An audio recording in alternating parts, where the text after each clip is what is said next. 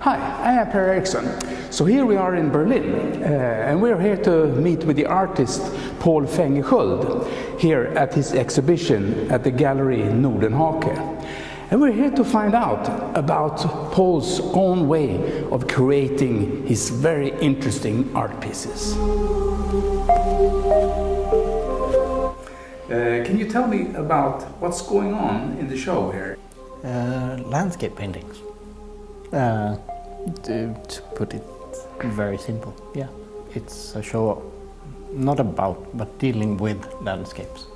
I think it's a little bit like with an exhibition, or when I'm working with an exhibition. There's this type of fishing when you have a circular net and you let it down and then you start hinging it up. At a certain time when you define, like, okay, I have this exhibition, it's going to be about these type of things. It's like the net leaves the surface, and it's kind of define if it's going to be a fish in the net or not, but you still don't know what type of fish. And by the time you reach the exhibition, this kind of tube or net gets smaller and smaller and smaller and smaller, and there's like you can see what type of fish it is or how many fishes, but the kind of hinging it up doesn't really stop when the exhibition is up, but it kind of continues. So I started with a few questions, formulated or not formulated, or just like impulses of this would be interesting to do. And I'm kind of still finding out what they will lead to. And I think the best outcome is when they lead to new works or new thoughts that means that you would do things a little bit different in the future. This whole exhibition is based on a curiosity about landscape painting that kind of was formulated in works with the last two exhibitions and a big work I did last year, a triptych called The Greatest Story Ever Told. And in these ones, I've been quite intrigued by how we can think about landscapes. I think traditionally we have had a type of a landscape which is separating us as a viewer from what we are looking at, or man from nature, or civilization from nature. And we live in a time which has a new name, Anthropocene. We are part of nature, and therefore everything we do, all our thoughts and all our languages are also landscape to some extent. And it felt interesting to pose the question of how would you paint landscape painting in today, in Anthropocene, or within when we are actually part of the landscape we're looking at.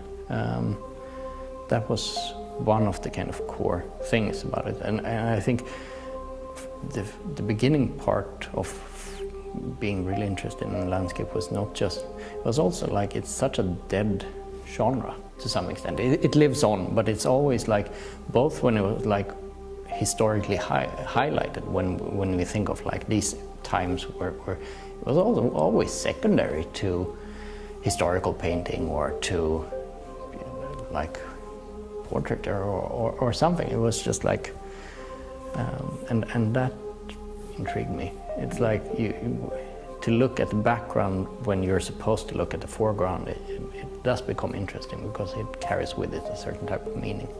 And in the end, I think most of our language, from the like earliest building blocks, are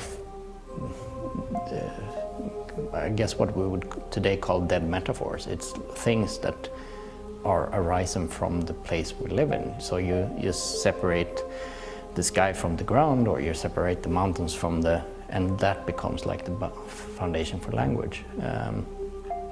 But also the metaphors we use. To some extent, flags with the content they have are based on nature around us. It's stars, or it's moons, or suns, or it's horizontal lines.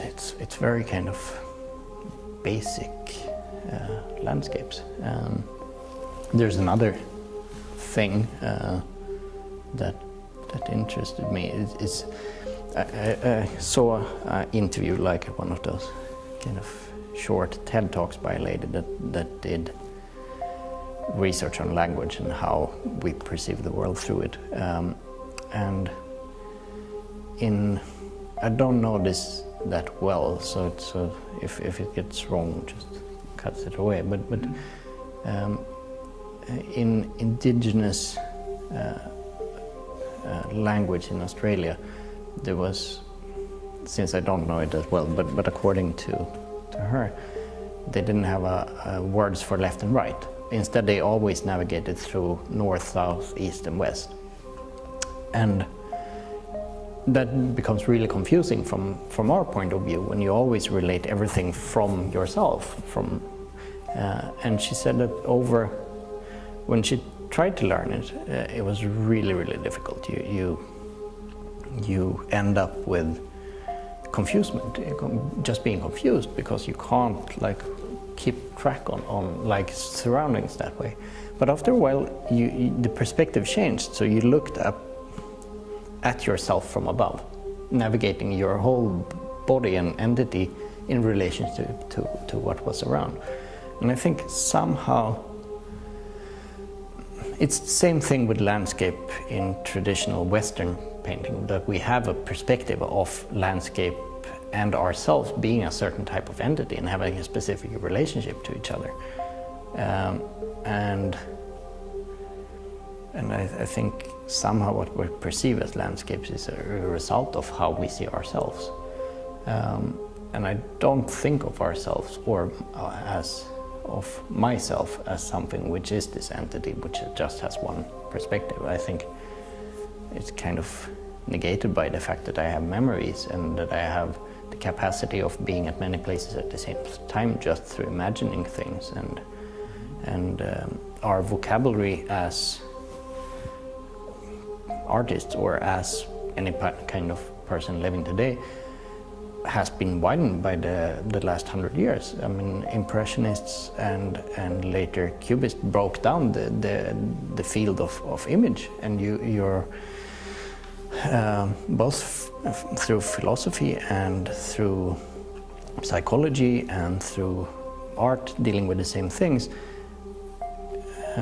language and art became personal, and the actual story and personal level of storytelling was made equal as some idea of perspective that everyone had, meaning that if we live in the Anthropocene, to just put it simply, where we are part of nature and there's actually no difference between it, then whatever we do, how we think, our language, our symbols are as much nature as the trash we create and as the beautiful sunset and as everything else.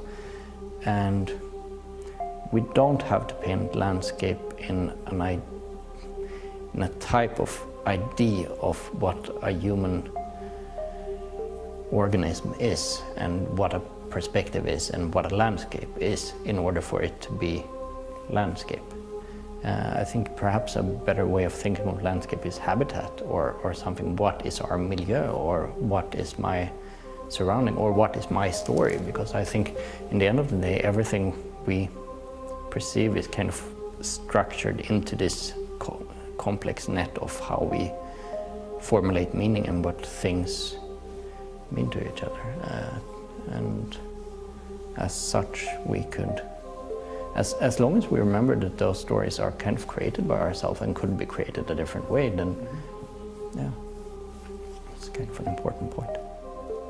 Finding yourself and the way you create your art in your own specific way, what is it that drives you to find your own language within art? I think you need to be on the outside somehow to see if it's a language of my own or not. It's kind of a twofold thing where you have to listen to what the work is saying. So if the work demands to be put on a bigger painting, or if it demands to be in a certain color, your responsibility as artist is to follow it and to like, okay, yeah, this work actually means this. It's more convenient for me that it's a small size, or it's more convenient if I do it a color where I know that this person is going to like it, but the work is actually telling me that it needs to be done a specific way. So that's one of the aspects of what you kind of have to do. And then regarding your own language, I think you need to, like, you could call it intuition, or you could call it just following what feels necessary for you to make or to do. And by doing that, since nobody else has the same experiences and the same references or choosing to do the same things, I mean, I think it's kind of inherent that it's going to lead to something that may have qualities that wouldn't be there if someone else did it. I think the strive to formulate a language of your own doesn't have to be that present as like I'm really finding my own language, as it is I'm really trying to either take responsibility for the work or see what the most urgent or necessary way to deal with a certain. I think rather the strive is to understand a few questions. My experience is a little bit like this with colleagues and with people you meet at art school, or actually in any type of kind of creative situation. To use some kind of metaphor, if you imagine everyone as a kid being on a stage, it's a little bit like sometime you get to the edge of the stage and you wobble and you fall off and you climb back onto the stage really, really quickly. And you're quickly back on it, but you have this memory of seeing the stage from the side and seeing that actually those trees are just made up, or my friends are balancing on the stage, and there's like, and I don't mean a religious aspect of it, I just mean that there's this point when you see things a little bit different. I think one of the things I've been intrigued about is trying to understand what change is, how things could be one thing one day and something completely different the other day. Not just, we could look at something which is actually the same thing, but things has changed. And that's kind of difficult to understand. And partly that, but also like, what would the world look like if we didn't have language? Also, like, what is time? How can something be yesterday and something tomorrow?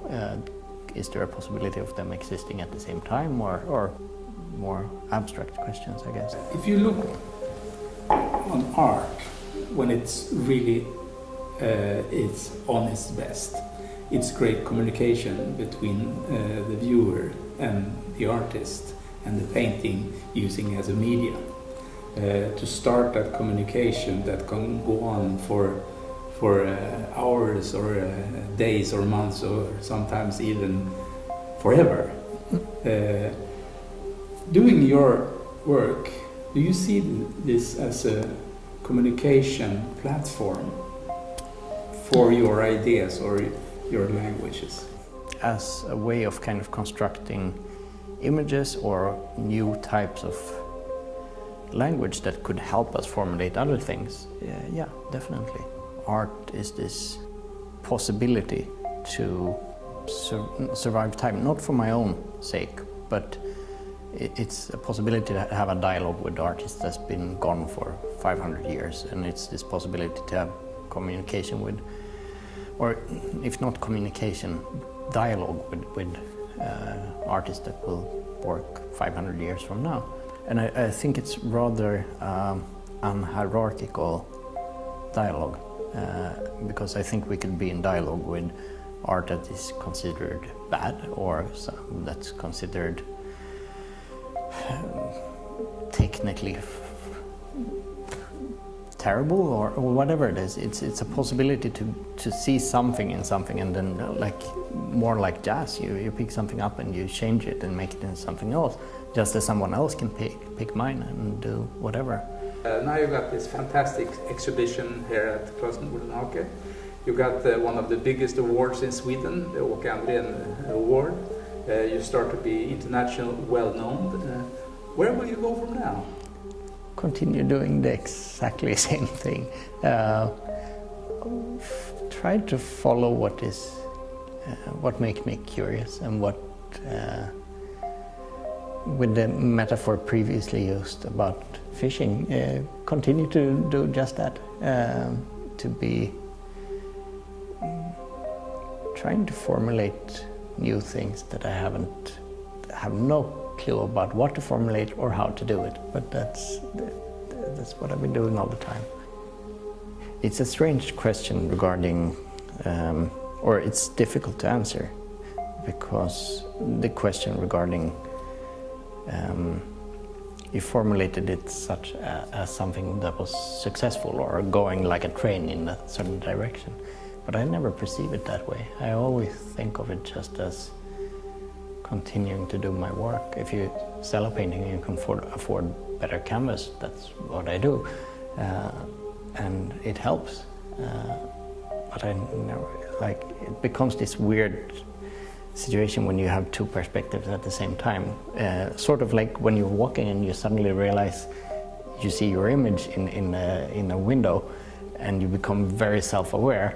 And being self-aware of how your work is perceived from the outside, it's easy to become quite nervous, and it's not really what you're thinking about when you're like daydreaming and walking. But it's. If you were to give a young person that wants to become an artist an advice, what would that be? I think one good advice would be to learn how to say yes to basically everything, and to at the same time learn to say no.